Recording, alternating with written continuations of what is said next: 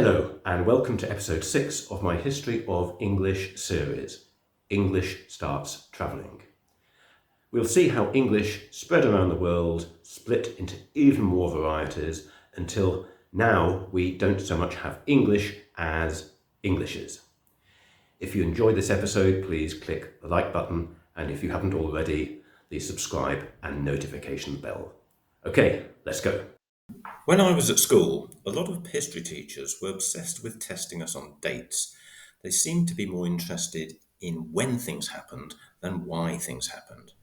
I still remember the mnemonic, which goes like this: in 1492, Columbus sailed the ocean blue. Okay, we later went on to study the context of the age of exploration, but the scope was rather limited. We were told that Columbus discovered America, despite the fact that in 1960 archaeological evidence was found of Viking settlements in Canada from 500 years earlier. More recent techniques have dated Viking settlements in Newfoundland at 1021. This shouldn't really surprise us. If you look at a map of the North Atlantic, you can see that the Vikings had already settled in Iceland, where their descendants live to this day, and in Greenland, which they occupied for 400 years. So from Greenland to Canada was not such a great voyage, when compared to the journey from Spain to the Caribbean. The fact that the Earth was warmer in that period meant that larger parts of Greenland were genuinely green. Columbus was from the Maritime Republic of Geneva, and his explorations were on behalf of Spain. But he was not the only explorer from Geneva. Giovanni Caboto, whose anglicised name is John Cabot, was also born in Geneva in 1450, and he later explored on behalf of England.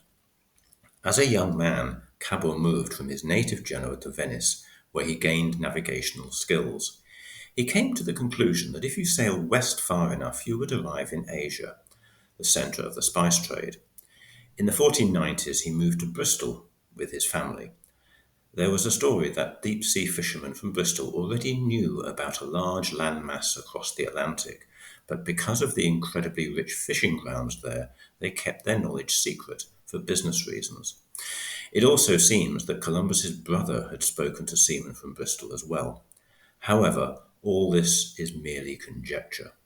What is not conjecture is the fact that Columbus's voyages were as a spur to others to explore westwards. At this time, many believed that Columbus had not discovered a new continent, but had landed on islands to the east of Japan. In fact, Columbus was never really convinced about the existence of the American continent, and only ever set foot on the Caribbean islands. Cabot gained support from Bristol merchants, and in 1496 was given authorization by King Henry VII to explore for unknown lands across the Atlantic. He made 2 voyages, and he explored the east coast of what is now Canada. Any belief that this was Asia was debunked, and Cabot reported that not only was the land excellent, but the fishing also rich. So began the long association between Britain and Canada, eventually leading to colonization. Throughout the rest of the Tudor period, very little colonial activity took place. Rather than exploit the New World, the English were content to attack Spanish treasure ships. Indeed, the English government, under Elizabeth I, sponsored privateers who were kind of state-licensed pirates. One of the most famous was Francis Drake. Here is a replica of his most famous ship, the Golden Hind, which you can see in London. Small, isn't it? Just think they circumnavigated the world in that.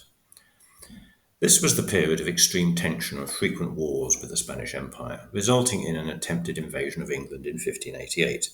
However, some exploration also took place. The first fully fledged colony was founded in Jamestown, Virginia in 1607. Some of the people who settled in the New World came to escape religious persecutions.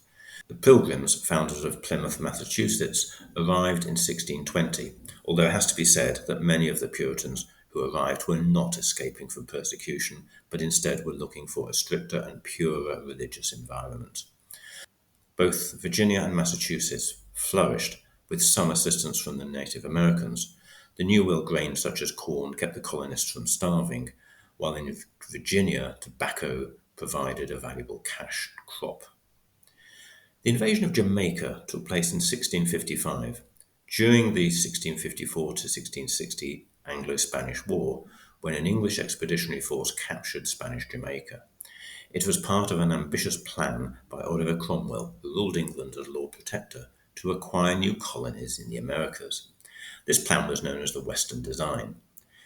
Because of climatic conditions and the risk of disease, England followed the example of other European nations like Portugal and Spain of buying slaves from the West African nations and shipping them across the Atlantic to work in agriculture.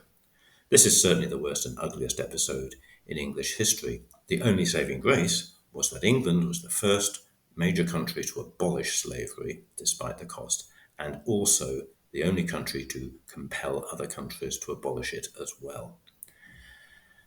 So how was the English language affected by this transfer overseas?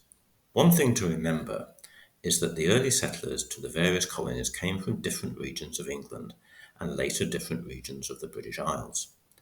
When people from these different regions lived together, they brought their own variety of English with them, but during the subsequent generations there was a kind of levelling of these accents. Fresh waves of immigrants arrived, but when they did arrive, whatever their origin, they found a type of speech already established. Obviously, communication between the British Isles and the American colonies was slow and expensive, so the majority of the population remained where they were. This meant, as always happens in history, that when there was physical barriers between two areas, the way the language is spoken often varies. Let's take one example. Throughout this period, the R after a vowel was pronounced quite clearly. It was known as the rhotic R, for example, in hard and work. So the Americans might say, I'm going to try this, the Americans might say hard and work. The R is pronounced much more clearly. The majority of British accents, including what became known as received pronunciation or standard English, abandon the pronunciation of this R, and for this reason I find it very difficult to pronounce. But if you look at this in an online dictionary, it gives you the modern British and the American standard pronunciation of these words, and they are quite different. So we can say that in many respects, American English has remained truer to the original English than British English has. We all know that there are lots of words that are different in British and American English. This is sometimes due to the development of new technologies independently in each country. A simple example of this would be the names of car parts, like what is in America the hood of a car, in British English is the bonnet, in American English the trunk, in British English is the boot. Quite often, it's not that British English is the original and American is some sort of aberration or adaptation, quite the opposite. It is that many American words are the original ones, and over the centuries, British English has changed. Here are some examples. Here we can see words that used to be used in British English. Words like the past participle of get, gotten, which was used in Middle English but later abandoned. Words like fall instead of autumn, hog instead of pig, were both used in England centuries ago. I guess in the sense of I imagine, and mad in the sense of angry, and mean in the sense of unpleasant. All of these words have been abandoned by British English, or at least the meanings have. Obviously, we used some American words that were American vocabulary inventions. For example, if you get sidetracked, distracted as a verb, an American invention, teenager, lengthy, bucket, Old English word is pale. Surprisingly, currency and babysitter, which effectively has spread to other languages as well. There was naturally a difference between the colonies that were settled, at least in the early days, by predominantly English speakers and other colonies that maintained a majority of indigenous populations, such as India or other Far Eastern colonies, or the Caribbean colonies, which were very unusual in that they were ruled by a small elite and mainly populated by African slaves and the descendants of indentured labourers, many of whom were in effect slaves or prisoners from the British Isles. Certainly, there was a wide difference in speech between these groups. A brief comment about Pidgin and Creole forms of English. There were Pidgin and Creole varieties of all colonial languages. The Pidgin language is formed when people from different original languages are thrown together and have to communicate with each other. They normally create a compromise language based on the language of the colonial power, be it English, French, or Portuguese, or whatever. A Creole is effectively the language that develops from the original Pidgin. Here are some of my favourite examples. The first one is from Jamaica, bad mind, in the sense of envious. Then we have Tokbisin, widely spoken variety of English in Papua New Guinea. We can see that the expression my name is nem belong me in the sense of the name that belongs to me.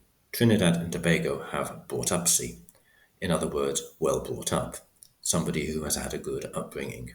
Sierra Leone, dem they go eat rice, they are going to eat rice. Here again we see that there are also some grammatical changes. Another wonderful one is from Singapore, eye power, which is basically, as you can see, somebody who doesn't extend help but just stands around and stares as if their eyes can offer assistance. I think that's wonderful.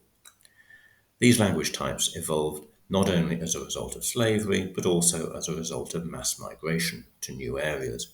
A classic example might be the form of English, as we have seen, that evolved in Singapore, which has an English base but also contains elements of Hindi, Mandarin, Cantonese, and Malay.